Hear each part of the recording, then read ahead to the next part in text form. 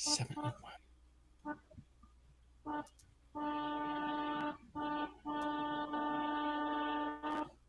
All right, we're going live. Okay.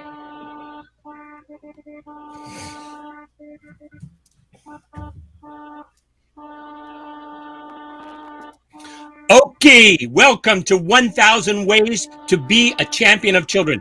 I'm Alan Friesen. I'm here with my co-host, Carola Friesen. We are champions for children, aren't we? Yes, we are. Hell yeah. And then I have as my guest, Shelby J. McLeod. Shelby is a community at large member. She's all involved in the community. I've reacquainted her recently, mostly with Shenla, the Southern Alberta Housing and Equity North. What's it called? But it's close enough. Close enough. Yes. Yeah. So that's where, from Shenla is where that Shelby and I have been reacquainted. But Shelby, for decades, has answered the question, do you want to talk to the man in charge or the woman who knows what's going on? Shelby has been and is the woman who knows what's going on.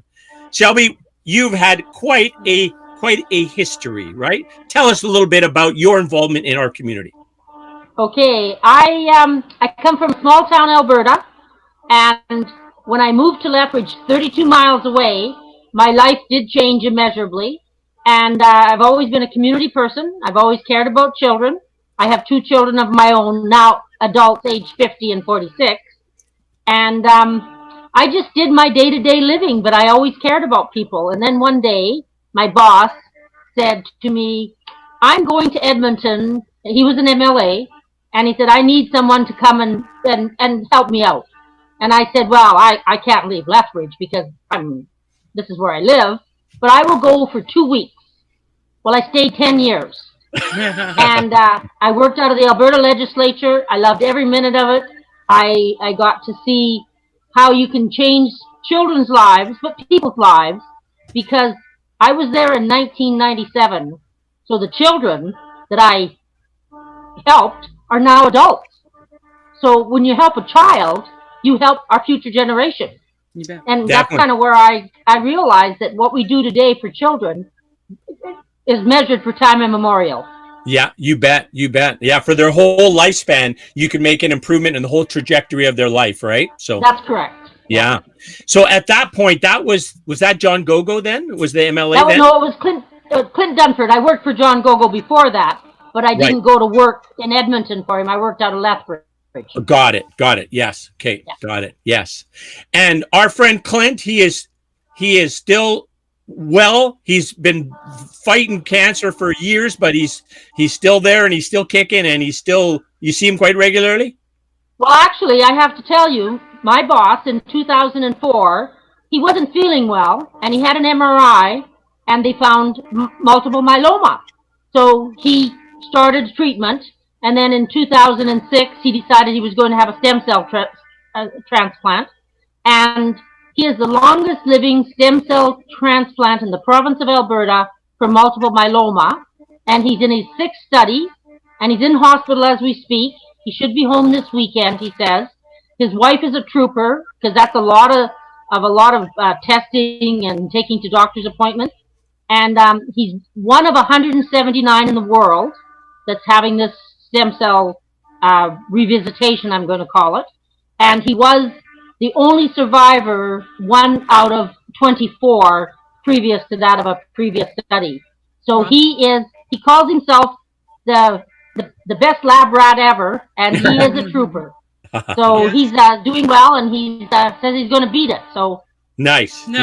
I don't know if you know this. Clint is actually who introduced me to Rotary. He says, hey, what do you know about Rotary? I said, not a thing. He says, come to a meeting. So I went to a Rotary meeting, and like meeting 1, I'm like, okay, where do I sign up? I'm in. Yeah. And because I think it's kind of a way to magnify magnify the difference you can make, right? When you get together with other people who also want to make that same difference, right? Then you can kind of get things happening. So, yes. That's absolutely correct, yeah. Yeah, yeah. So speaking of that, what I'm hoping we have a committee with our Rotary Club called the Champions for Children Committee, and on that committee we have Rotarians that are part of it, and then we have some community members that are part of it. So Dr. Greg Williams was our guest last time. He's from Texas. He's a adult trauma survivor and a doctor, and very, very devoted and committed to reducing the negative impacts of adverse childhood experiences. So he's awesome. We've got Cliff Ely. He's a Rotarian here. Dr. Darren Highland is assisting us as well. Kelly Bennis, and Kelly is also an adult survivor of childhood trauma, has written a book, has done further research. So she's going to be providing her time and talents to this as well. And Murray Anderson is also on our committee too. So we're working to get Rotary engaged so we can amplify the difference we make, and then and just try and make life better. As we've already said, you make life better for a child today, man, that could be a 80-year return, right? That could be a 100-year return, right? If the person lives a whole long, wonderful life, and we were able to help when they were 5 years old or 6 years old or something. That's right, and help avoid lots of pitfalls, because sometimes people say, well, send them to jail. But last time I checked, jail is not free. The taxpayers pay for it. So if every person you incarcerate, you send them back, I don't know how many years in their productivity. So if we can invest in a person when they're young and avoid jail and get them on the right track, look at all the money we save in the long run. Oh, you bet. Yeah. Have you ever heard of this Heckman equation? No, not right off the top of my head. Anyways, there's this Nobel laureate.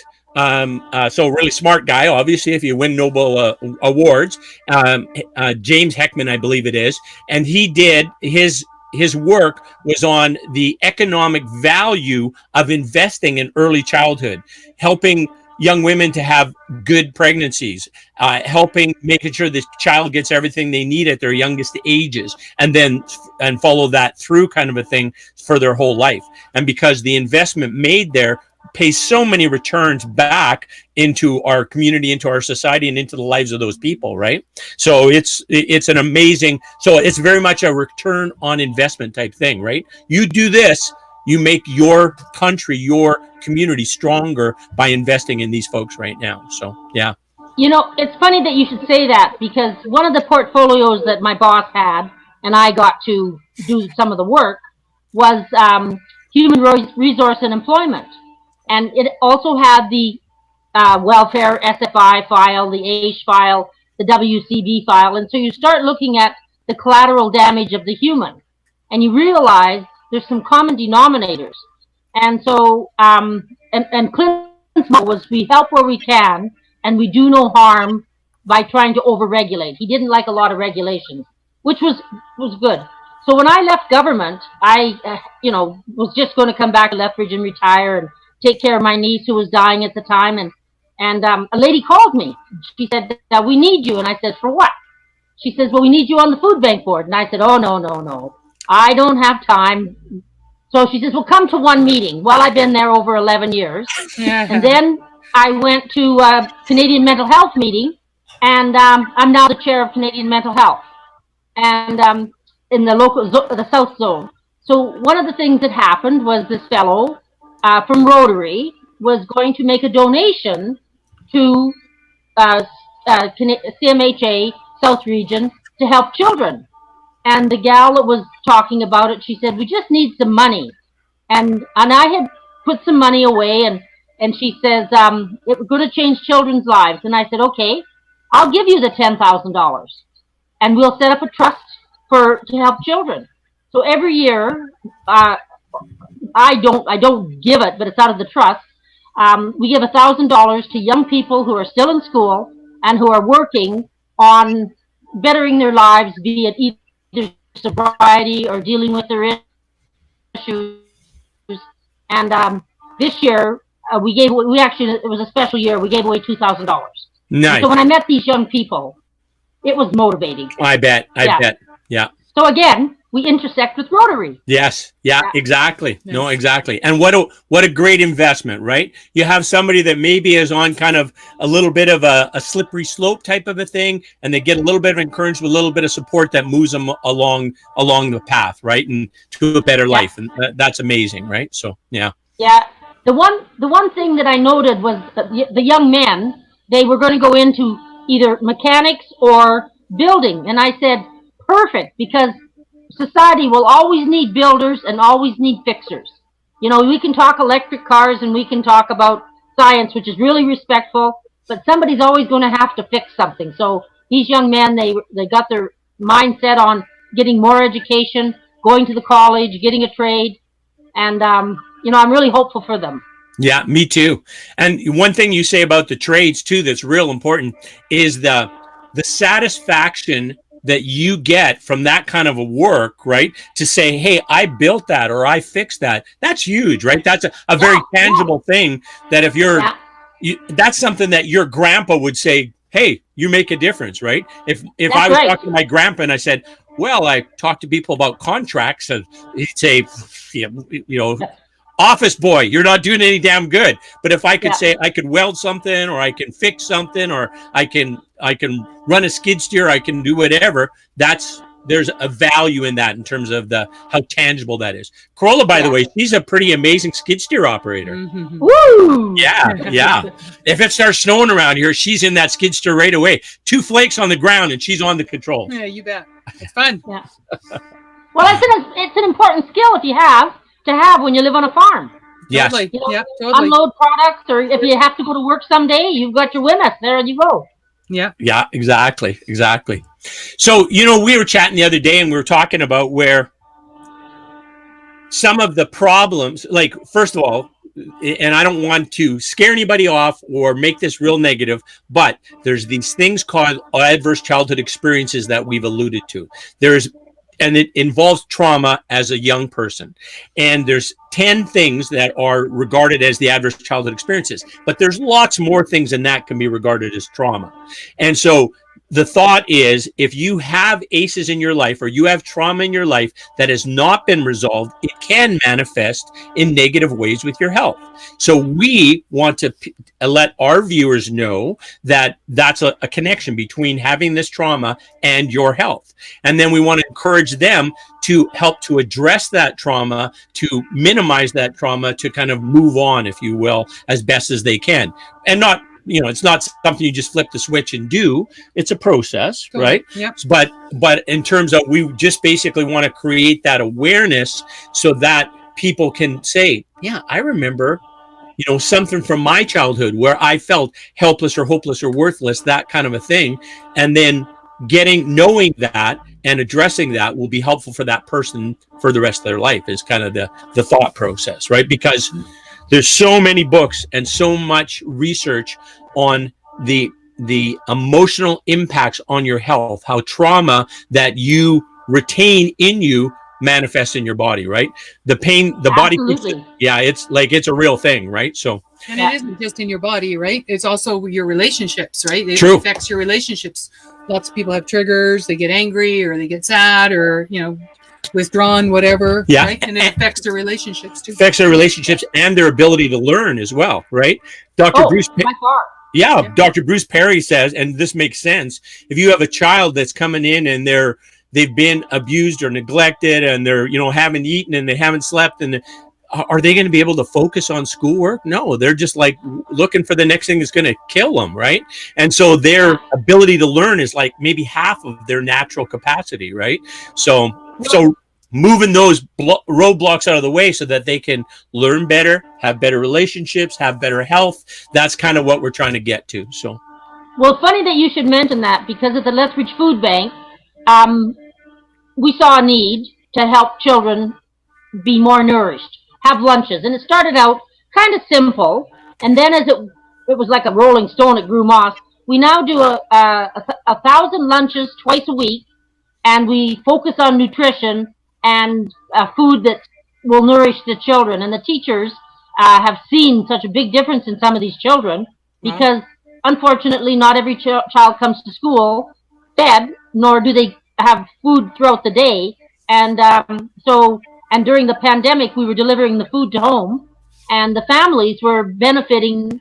You know, food share is a very important thing. I'm very big on food share because Yeah. coming from a big family, you know, somebody always had something, and stew and soup. I'm really big on that. So nourishing people's inner core, they're, you know, you have something for breakfast, it starts your day off right. You bet. Well, when we were chatting once, I can't remember when we were talking about the food bank, and you were saying about, you know, if you don't have if you have tomatoes just sitting out, nobody takes them. But if you put tomatoes in a bag and have a little, here's how you make tomato soup recipe. Oh, you know, then it's a big seller. People want it then, right? So Yeah, yeah, we are trained as human beings to. I don't know. It's whether it's the concept of taking something prepackaged and it's okay rather than just sitting in the open. So yeah, humans need to be trained to understand nutritious food versus potato chips. You yeah, know, you know, because everybody loves potato chips, but they're not very nourishing. no, yes. So we're when with the food bank, back to the food bank kind of a thing, during COVID times, then you delivered the food to the houses of the kids who were part of the program, is what you did. That's And then correct. that Yeah. benefited the whole family who might otherwise not really, right? Well, we also delivered extra food to certain families because of the COVID restrictions. But the actual packed lunch, we did that twice a week, or the volunteers did, I should say. We made them and had them prepared, and they came in, and we had an alliance with the Victory Christian Church, My City Cares, and I think the LDS Church had a big contingency of volunteers, and they kept the show on the road. Wow. You know, they were great, and they still are great supporters, and delivering to the schools when school's in, and then when school's not in, they deliver to the homes. Nice. Yeah, nice. How do they identify the people to deliver to? Like, is that done through the churches or? No, it's done to the school. Okay. The teachers say Shelby could probably use a lunch. Okay. And so it used to be where the lunch came in a big tray and everybody shared, but because of touching COVID restrictions, we had to go to bag lunches. Right. Very cool. That's good. It's very important. Yeah. Mhm. We were talking the other day about how much wastage there is regarding food too, right? Like, I mean, when we have people in our country and throughout the world who die because of starvation, and then we destroy billions and billions of pounds worth of food every year, it's like, okay, something's wrong with that picture, right? And it's everywhere, right? It's not just us that has a waste issue. So we had a vision.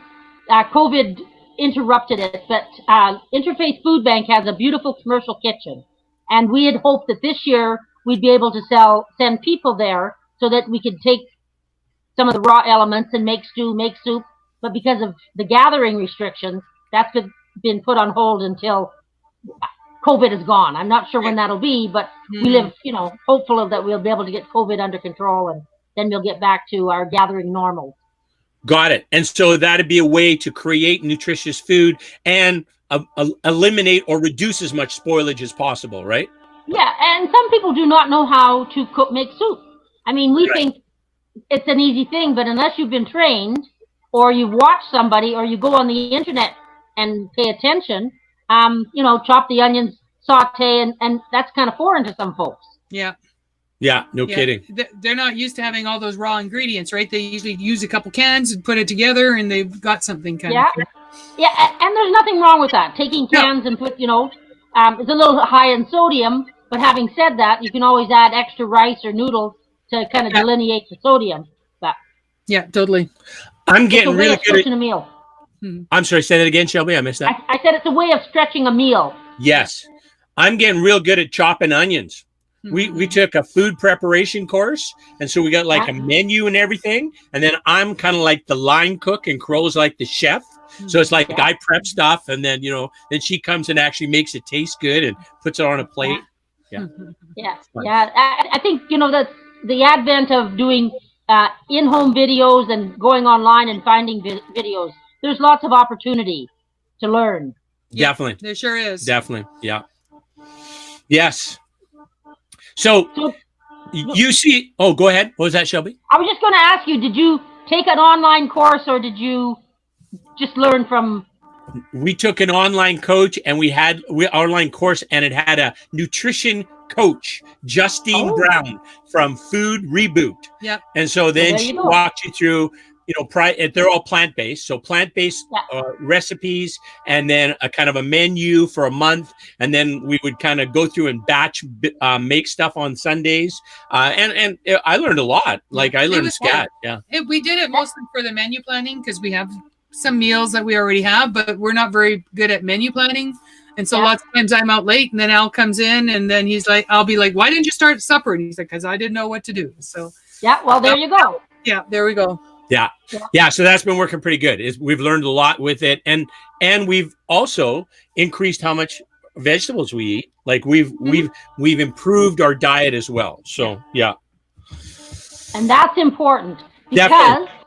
we all need those vegetables to stay healthy for our old age. Exactly. Definitely do. Yeah. All kinds of research about that, right? That it helps us stay healthy. Yeah. Yeah, exactly.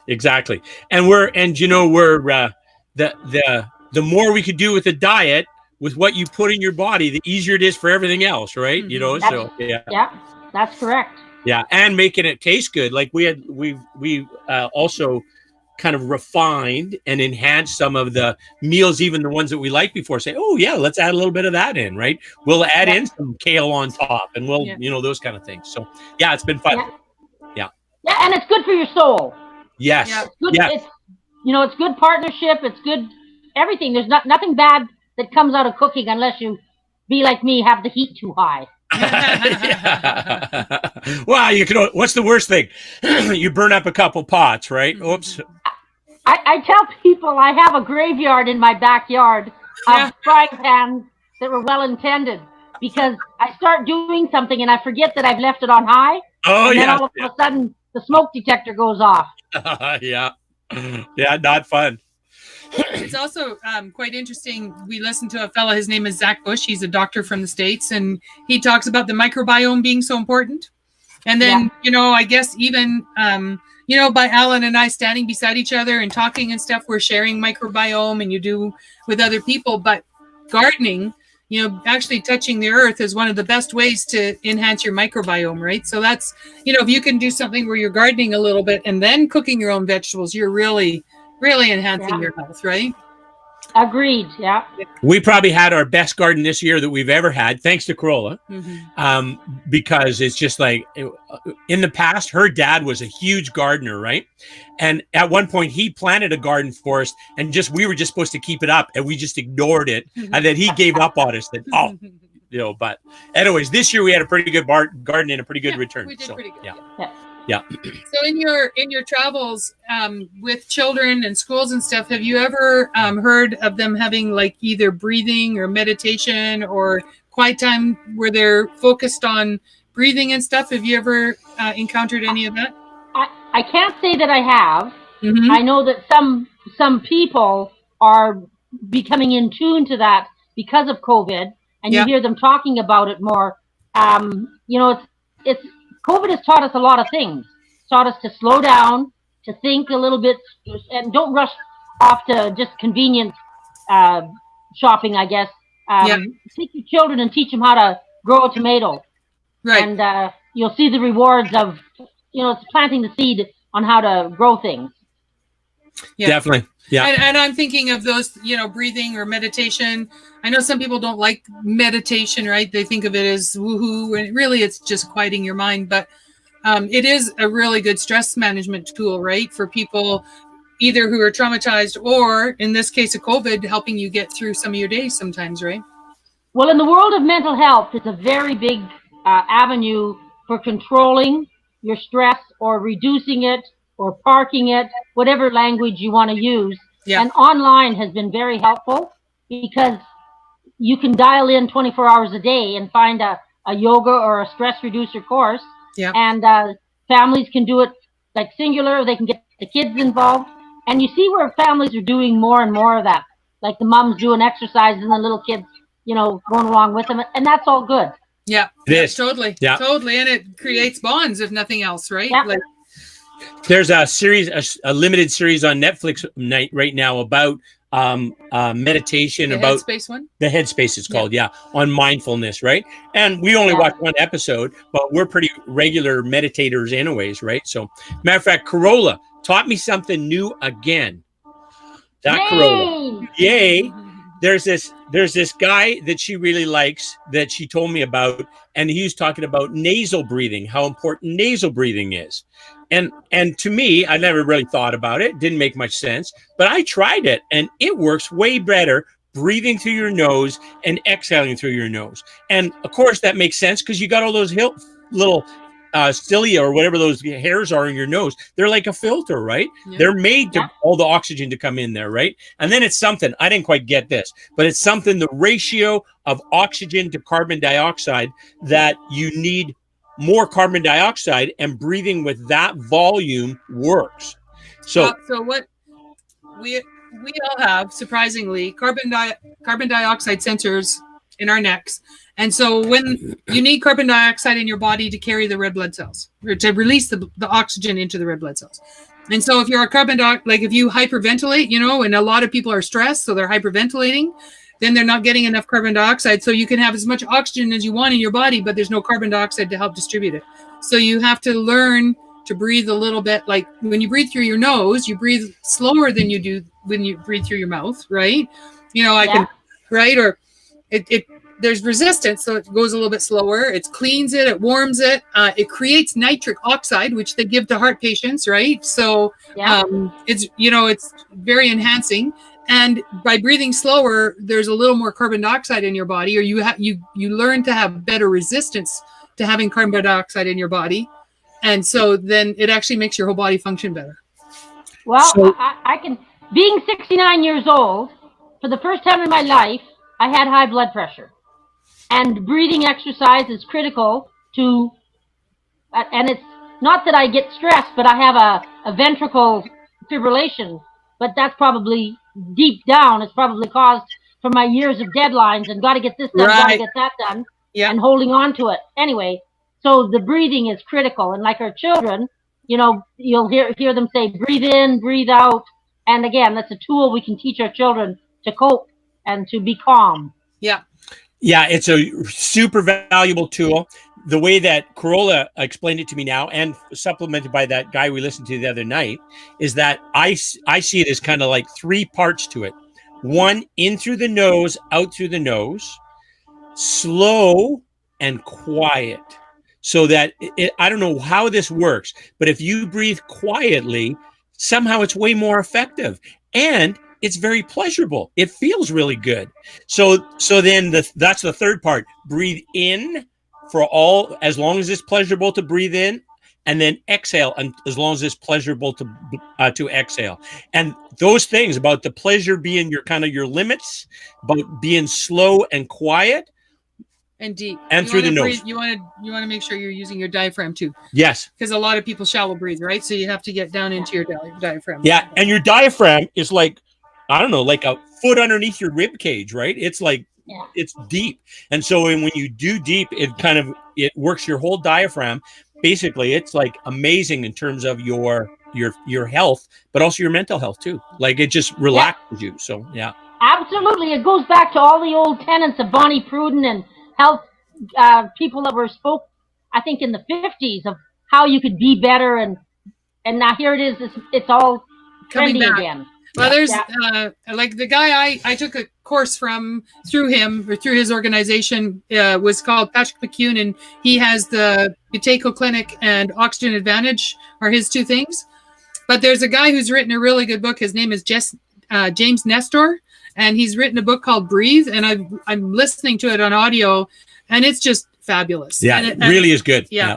And he's talked about people even with scoliosis being able to help straighten their body just through breathing better. And, people with TB or emphysema, improving their lung function by learning how to breathe better. Like it's, we take it for granted so much, right? Breathing, we just do it. But we don't, because of our stressful lives, we tend to stress breathe, and then that stress breathing is harming us, right? And stress breathing then is really shallow And fast. right? Shallow and fast. Yeah. And it's slow and deep, right? And quiet. Yeah, we need to learn the techniques. Exactly. So where are you taking your breathing courses through, Shelby? Well, I hadn't thought about it. I have old sisters. I have 3 sisters that are 89, 86, and 82. Okay. And I just kind of watch how they behave in their lifestyle, and they're always talking about something. So it's one of those things. And I have a really bad habit. I sleep with my television on, and usually it comes to the station of yoga. So when I wake up, somebody's doing some sort of breathing exercise, and I go, "Oh yeah, that's kind of a good idea." Yeah. Yeah. Well, if you want to check anybody else, I know that Patrick McEwen, Corolla's got a little bit of a crush on Patrick McEwen, mostly because of his Irish accent. I think that attracts her attention in a big way. Yeah, he's from Ireland.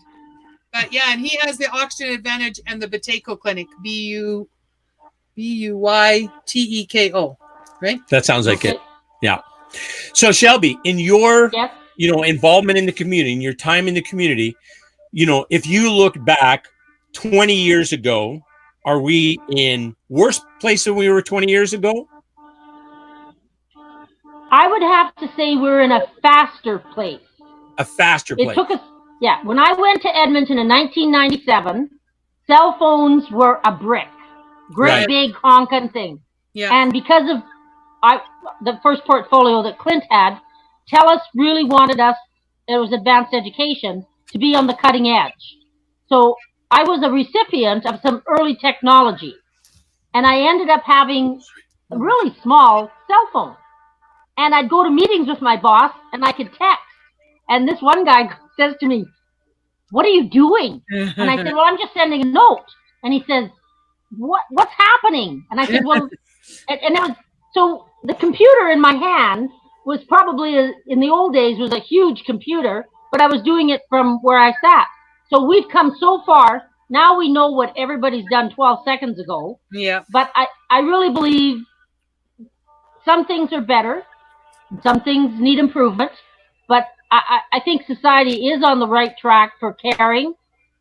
We just need to tweak a few things. Yeah, I know that when you think about technology, right, we were talking about things you can access on YouTube, you learn courses and you can learn all these wonderful things. It's awesome. But then you get the situation even before COVID where you have 10 people together and there's 10 people looking at their own phone, right? Nobody's having a conversation across the table, right? So in some respects, it's been really good, but in other respects, it's been a negative thing. So. Hence those commercials for kids, right? Where they have the kids and they're walking side by side, they're texting each other. Yeah. Right? And then they want to actually talk to human beings. Right. Yes, exactly. Right? Yeah, that is a bit of a problem. But what I find, I mean, again, with my younger relatives, nieces, nephews, etc., if I want to get an answer from them, I text them. Yeah. If I phone them, they may not answer. Yeah. But if I text them, I'll get an answer immediately. Yeah. So it's me having to understand how they interpret communication. So when I talk with my 86-year-old sister, I'll say, "Well, I talked to Sarah the other day." And she said, "What did she say?" And I said, "Oh, well, we only talk on text." Mm-hmm. Well, she can't understand that. Yeah. She thinks I'm loopy, but I said, that's how you talk to young people. Yeah. And sometimes colleagues, because not everybody can fit and it's the one beautiful thing about texting. It used to be when I was in a meeting, you could send me a text and I could answer it. That's if right. you phoned me, I couldn't leave the meeting. Yeah. Because I was in a meeting. So it has its beauties. Children, and they need direction and supervision because they're walking along talking, and the playground is a great place. It should be cell phone free, so kids just enjoy being kids. But it's an interesting dichotomy of how we communicate with each other. Yeah, no kidding. And there's like, in some respect, not in some respect, for sure, the ratio of how many kids are affected by adverse childhood experiences, the numbers on their ACEs ratings, way higher today than back in the day. Now, maybe some of that's reporting, but there's way more of it now than was ever reported in the past. I think it's because we've empowered people to speak. And Okay. I remember my mother, she'd be 108 now if she was alive. Anyway, one day they were talking, the elderly, the adults, and they were talking the big C word. And so I was just a dumb kid, and I said, "Well, what's the C word?" And they go, "Oh my God, it's the C word. You can't say it." And I said, "Well, is it a swear word?"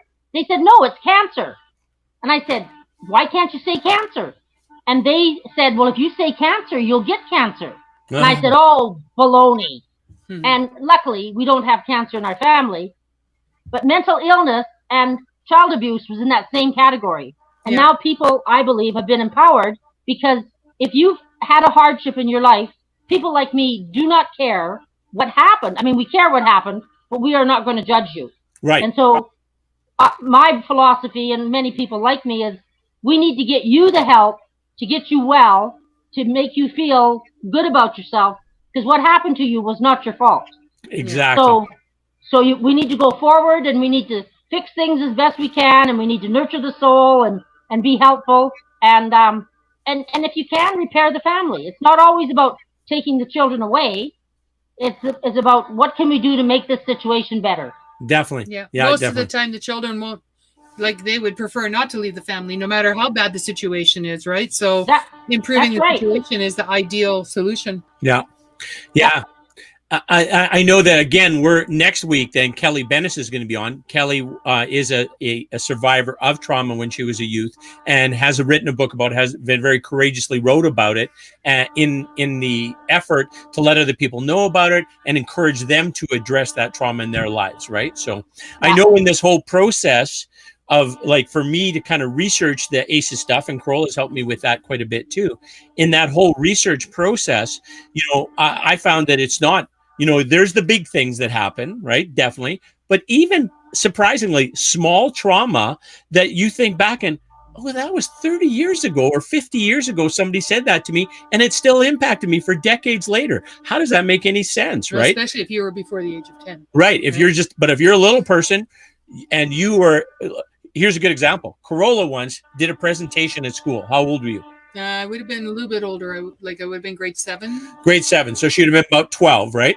So she does the presentation. The teacher, obviously somebody who should not have been a teacher, like, just went up one side and down her, and just that she's useless and worthless, and she's a terrible job I did. And yeah. So Corolla was pretty shy back then, right? Little unsure and little shy. And then that kind of feedback, man, that, like, it took years before you could speak in public. I didn't speak in public. Like, I was a leader for 4-H, and my daughter was in 4-H, and I would blush every time I had to talk to a child, let alone trying to talk to an adult, right? And there was things that made me have to push forward to become less shy.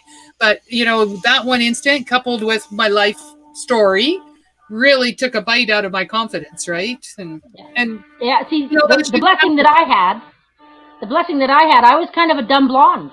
I was just like a chowderhead. I went through life going do do do do do, and I never took anything real serious. And if something happened, I'd go, okay, well, that happened yesterday. And yet, some of my friends, similar situation would happen, and they took it to heart.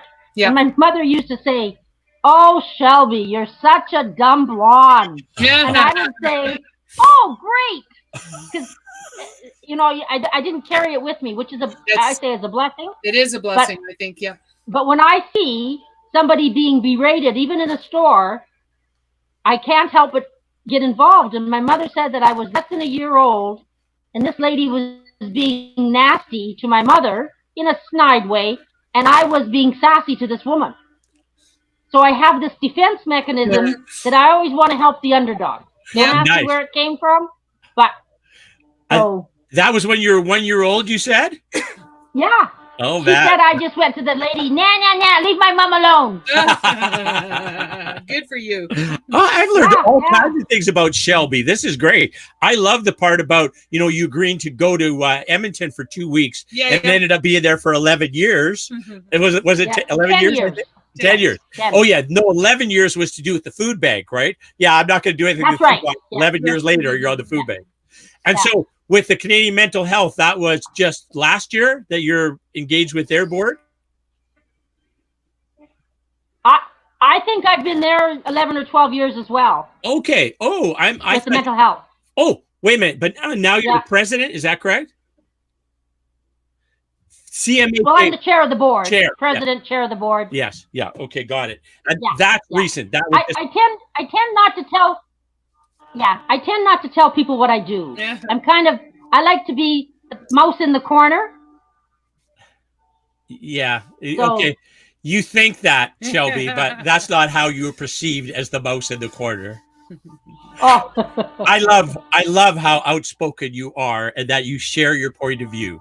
You have a hard-earned knowledge.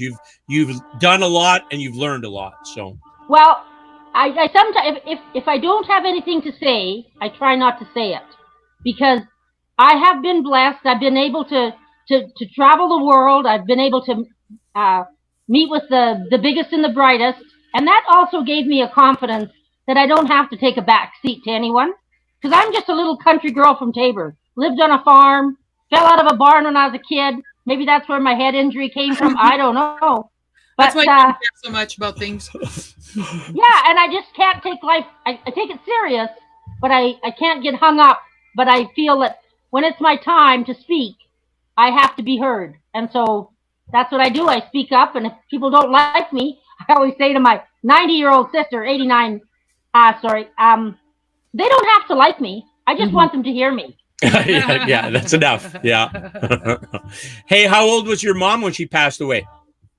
She was 72 years old. Oh. And she always believed that she would, because, she was born in 1912.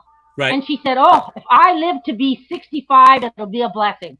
And then when she turned 69, we had a party. And people said, what are you having a party for 69 for? And I said, well, I'm kind of worried that she might not be here when she's 70. So let's have a party this year and next year and the year after. And then she did have a stroke and was incapacitated. And so we always talk about having a party when you're 69, because it's a good thing to do. Yeah, exactly. Kind of a precautionary party. Right. Yeah. It's That's definitely right. better Yeah. to get it. It's definitely better to get those events in while they can, right? Exactly. My dad was, I don't know how old he was, like 82 or something, 81, and he had cancer everywhere, and he had had a heart attack, and he had been in this terrible car accident, broke his neck in the car accident, and he says to me, I've always wanted to go to PEI. And I'm saying, Dad, what are we waiting for? Like, you have a limited lifespan here, buddy. If we want to get that done, let's get her done. So we did go to PEI with him, and my sister and I went with him, and then it was great. We had a good time. But here's a good indication of how cheap. So just so my wife knows I come by this naturally, how cheap my dad was. He lost his hat, lost his cap. And I said, well, let's go get another one. He said, I'm not, spending $12 on another hat. So I'm going down the highway. We're doing that where we go over to take that Confederation Bridge over to PEI, right? Yeah. And I'm going on the highway, and on the other side of the divided highway, I see a hat sitting on the side of the road. So I just stood on the brakes, went through the median, come up on the other side, opened the door, grabbed the hat off the ground, dusted it off a little, passed it back to him, and he was happy as a pig in shit. He had a hat, and he didn't have to buy it. So. Oh, but it wasn't his hat. It wasn't his hat. It was just somebody lost it on the highway, and I picked it up and gave it to him. So. Well, that's a good story. Yeah. Oh, and then there's one more part too. Oh yeah. We finally get. He wanted to go to Anna Green Gables' house, right? So we finally get. We flew to Moncton. We rented a car. We get to Anna Green Gables. We pull up to the entrance for the thing, and he says, and it was like $22 was the entry fee or something. Oh, do you think we should do it? yeah, Dad, we're gonna do that. You hit a valid point, because that's kind of one of my little things I preach about. We plan a wedding, we plan a funeral, we plan our new car, but we sometimes don't plan to support children, to support elderly. And I say to my old sisters, what does it matter? It's just money. Because the average funeral is $10,000. So I say to them, we're just going to bury you in a cardboard box, but we're going to spend the $10,000 now. So we want you to have a good life. Yeah. And of course, they look at me like I'm from Mars. But, it's like children. We need to invest in children, make a better life for children, because it'll pay off in the long run.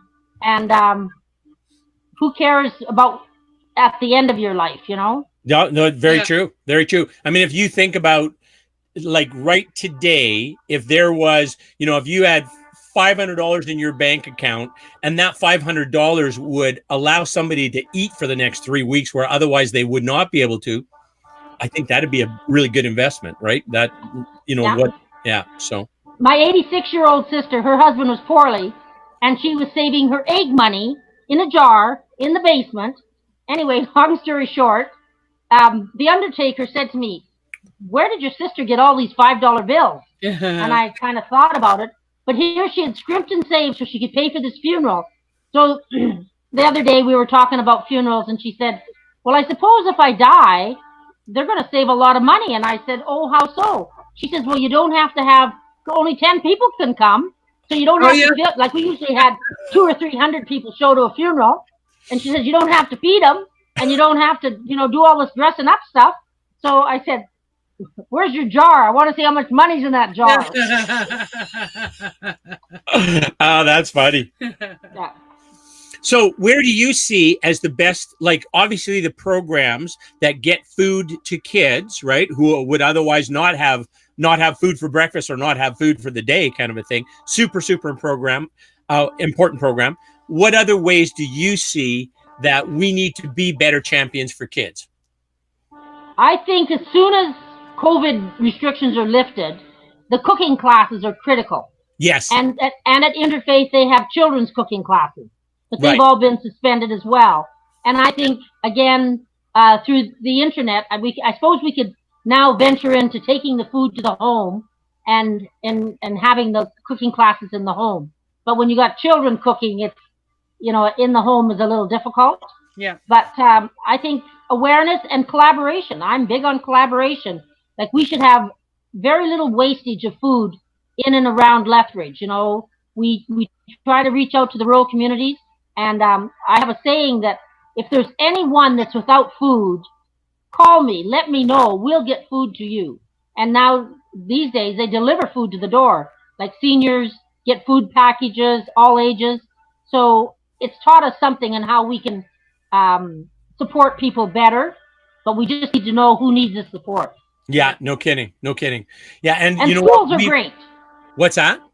Schools are great. Schools are great, exactly. And Yeah. that's one thing when kids haven't been able to go to school during lockdowns, and sometimes the food is a problem, but two, they're in the same home as the person who might be abusing them, right? So that's a huge problem. So It is, yes, Yeah. and that's where the helplines have been great for children, so that they can share their stories or their trauma and try to get help into the home.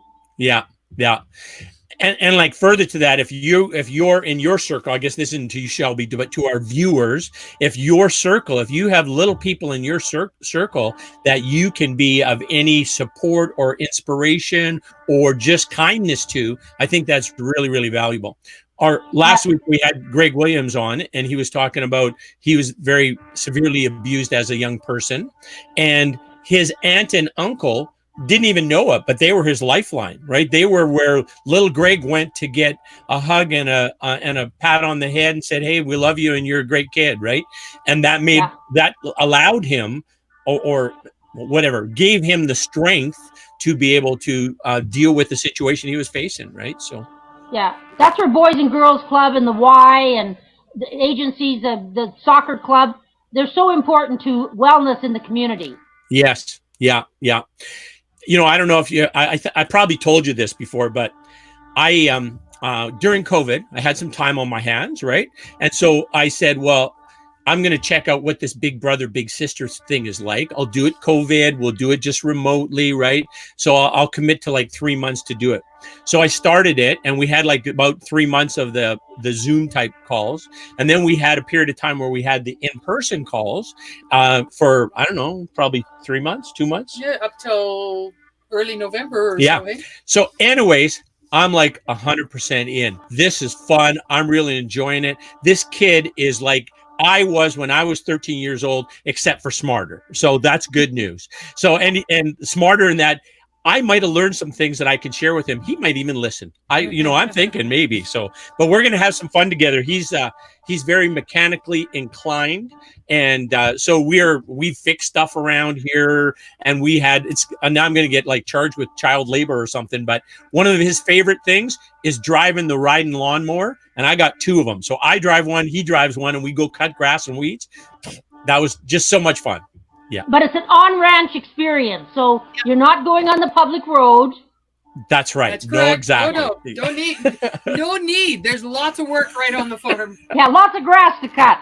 Yeah. Well, actually, once we're all done here in the summer, we went over to the shooting range and cleaned up a whole bunch of grass and weeds there too. So we were on the machines quite a bit, and it was fun. It was a great activity that we enjoyed.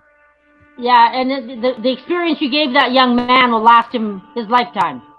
I hope so. Yeah. Like, I want to hang around with that kid until he gets tired of hanging around with the old man. So like that, I think that I can make a difference in his life, and I'm going to enjoy doing it. Like I enjoy hanging out with him. So yeah. Yeah.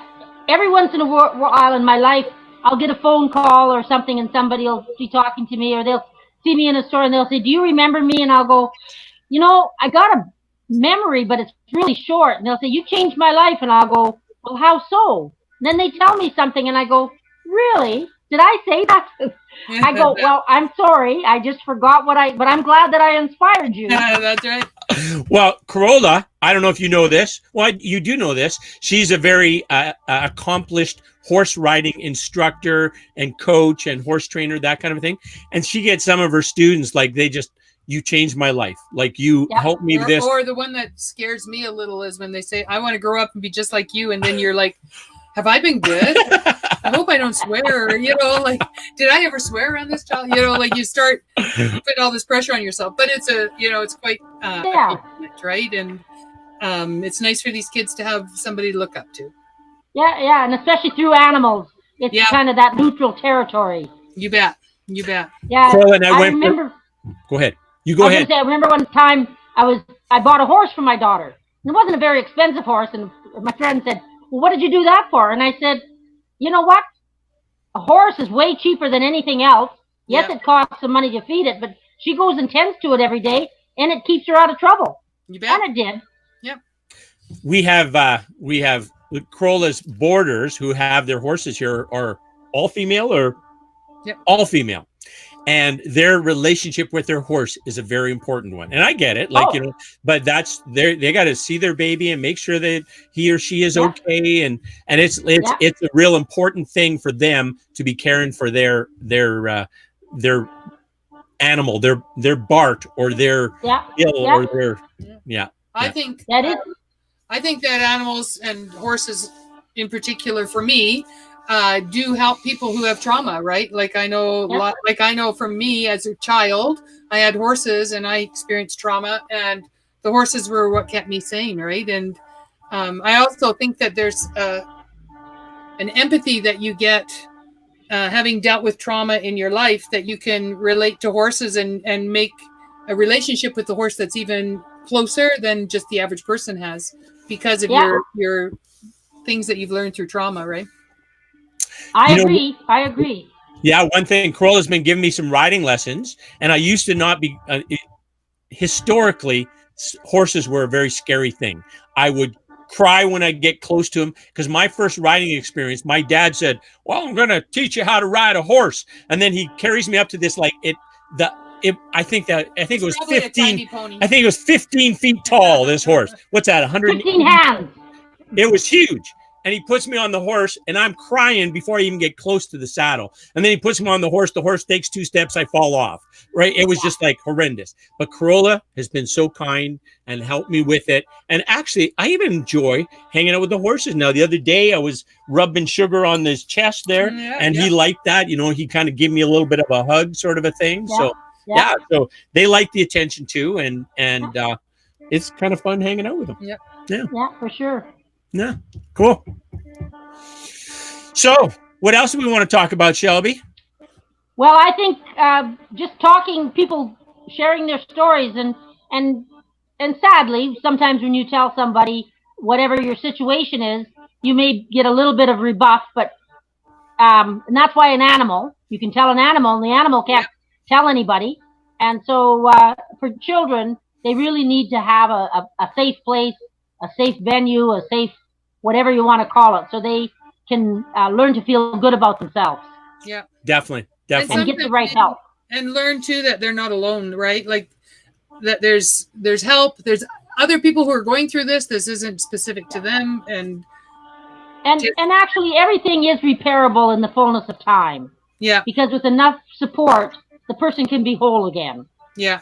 Well, have you ever read The Boy Who Was Raised as a Dog by Dr. Bruce Perry? No, I haven't. Oh, what an amazing book. Basically, he goes through, and so Dr. Bruce Perry is this expert on child development, and he has this kind of neurosequential model for brain development and childhood development. And it's basically where there's the brain stem, there's the diencephalon, the limbic, and then the neocortex, right? And that's kind of how you develop, right? And if there's an interruption in the child's development because of trauma, as an example, the connectivity that's supposed to happen between the brainstem and the neocortex doesn't happen, right? And so the person, if what has been dropped in that period of time when the development was delayed or stopped, then he tries and restores that. So the title story is about a boy who was raised as a dog. This woman had a child. This young woman had a child. She knew she couldn't raise the child, so she gives it to her mother. Her mother's like 65 years old and obese and diabetic, and tries to care for the child, but only lives about another 10 months and then dies. The mother's boyfriend, who is like 69 years old, bachelor, he doesn't know anything about kids. He knows about dogs. So the kid actually thought he might be a little bit disabled, right? Yes, exactly. His capacity perhaps wasn't quite there, the old guy, right? So he just keeps the kid in the cage with the dogs, right? And they, every once in a while, I guess he changes his diaper, he feeds him with the dogs, and this kid goes in for tests, like goes into the medical clinic. The guy took him in there, and nobody said anything was wrong. It was just like, they just thought he was developmentally delayed. Nobody ever asked what his living conditions were like, right? They just assumed that it was a normal house. And so they never found out until later that he had been living in a cage like a dog. Yeah. So Bruce Perry asks all these questions, then comes up with a treatment plan, and then the kid's basically life is restored from that horrendous start. The kid goes on and he's like, talks about having a girlfriend and talks about going to college and, those kind of things that you would hope for any kid to have that aspiration to have those relationships and those important experiences. So there's hope, right? Like, I mean, the worst possible things, there's hope, right? So that is absolutely correct. Yes. Yeah. Matter of fact, speaking of hope, if you want to send us an email, it is at 3HHumans. Oh, I'm going to put it up here. 3HHumans@gmail.com. Okay. So I'll just put this up here. And then you might say 3HHumans. What kind of goofy thing is that? Okay. Well, here's kind of the thought process here. Shelby, you can help. Shelby and Corolla can refine this for me if it doesn't make sense. I'm saying humans because we are all humans, always have been, always will be humans. There has been many times where guys that look a lot like me, old white guys, made up rules where some humans were not regarded as people. You, of course, you women weren't regarded as people at one time. Our First Nations folks that we have here weren't regarded as people one time. Our Black friends weren't regarded as people at one time. But we always have been humans, and we are humans now. So the wish is, the hope is, the dream is that all humans, every human in the world, no matter if they're white, black, yellow, red, brown, I think that's all of them, whatever color they are, will be healthy, will be hopeful, and will be helping. So that's kind of the wish that I have. Do you agree with that wish? I agree. Yeah, that's the wish that we have, that's what the future would look like. When we're talking about food insecurity, right? People not getting enough to eat, they can't be healthy if they don't get enough to eat. That's a fact, right? And if we could minimize the waste that occurs with food as a starting point, how many more people would have enough nutrition, would have enough quality and quantity of good food, right? It's like huge, right? Because the stuff that doesn't get thrown away is chips and cookies. They don't get thrown away, but produce sure gets thrown away, right? If we can make— You are so correct, yeah. Yeah, if we can make some stew or some soup, man, life would be a lot better. So, yes. Yeah. Well, this is a true story. When I was working all the time, somebody said to me, "How many green vegetables do you have in your fridge?" I went to my fridge. I didn't have one. Uh-huh. I had everything convenience. And so then I changed that I had to have fresh vegetables. And when they come in, if you put them in the bin and forget about them, you will put them in the garbage. So when Yeah. they come in, put them Yeah. to work, fry them, cook them, freeze them, and then you'll have them, for future eating. Yeah, exactly. Exactly. So we're on the wind down here. We're like 30 seconds left. Shelby, any other words of wisdom you have to share with us? I think just work together, collaborate, and share your stories and forgive each other, and away you go. That sounds really good. That's great advice. And if you're listening to this and you can be of help to somebody in your community, in your circle, somebody who lives down the street that you know they're on their own, or a single mom who's like maybe struggling with stuff, like pick up the phone and give them a call. Or say hi to them on the sidewalk. And listen to people. Just listen sometimes. Yeah. Yeah, that's a really good one, Shelby. Yeah. Yeah. Shelby, it has been a delight to interview you, to have a conversation with you. I appreciate you so much. Thank you very much. I appreciate what you're doing as well. All right. Continue Keep well. best wishes. Yeah. Ciao. All right. Ciao. See ya. Yeah.